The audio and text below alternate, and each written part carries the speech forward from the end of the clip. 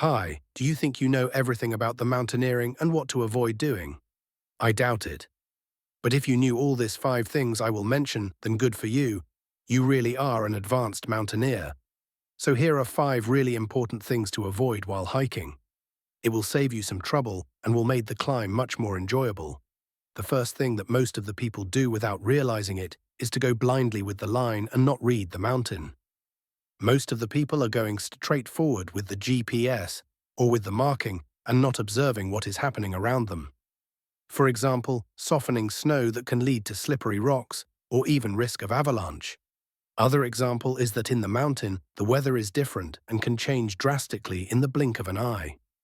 Always be prepared for deterioration of the weather. If it gets really bad, better turn back and leave it for another day. The second thing to avoid while mountaineering is ego-based risk normalization. You've seen this type of guy, and this is not only for mountaineering, it can be everywhere. It's ignoring the risk because it's a 2,000-meter peak and you've done harder stuff, so now you think that you are an absolute unit and can't consider the risk of the mountain even if it's less than a challenge. Yes, the 2,000-meter peak is not Mont Blanc or Matterhorn, but can be deadly too if you neglect the risks. The third one is for the lonely folks out there who like to hike by themselves. If you are doing a big climb that will take up to 12 hours and you are going alone, mind that it can lead to a cognitive drift from isolation. What cognitive drift actually is, not just loneliness, it's not boredom or fear. It's a slow degradation of executive function caused by prolonged isolation plus exertion plus sensory monotony. Key point, you don't feel impaired. You feel locked in. That's why it's dangerous.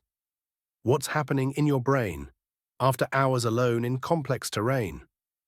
Error detection drops. You stop double-checking placements. Navigation mistakes feel probably fine. Decision loops shorten. Fewer alternatives considered. Less what-if thinking. Confidence decouples from accuracy. You feel calm and capable, but your margin math is of the fourth one is underestimating terrain transitions. It can be dangerous because while walking for 2 hours only at firm morning snow, then the path changes to a rocky part where the focus is different. That's what we call a trap. For the past 2 hours, your brain adapted to the firms now and you are doing every step mechanically, but after the sudden change, you will need time to adapt, and some people neglect it. That is where the dangers occurs. Take your time and slow down. Better be 1 hour later at the summit than never summiting it. The last one is crucial, mistaking familiarity for current safety, not ignorance, not lack of skill, familiarity. Why this is the most dangerous mistake, familiarity does 3 subtle things at once. Lowers perceived risk, hazards don't register with the same urgency, speeds you up.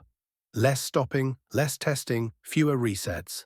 Silences intuition, that small gets overridden by experience. This combination kills margin quietly. Just because you have done this route plenty of times doesn't mean that you know every possible scenario and zero chance of danger. Always climb smart. You are not the best mountaineer, and even if you are, you can be prepared for every hazard that can appear. If this was helpful and new information, leave a like and check out my channel.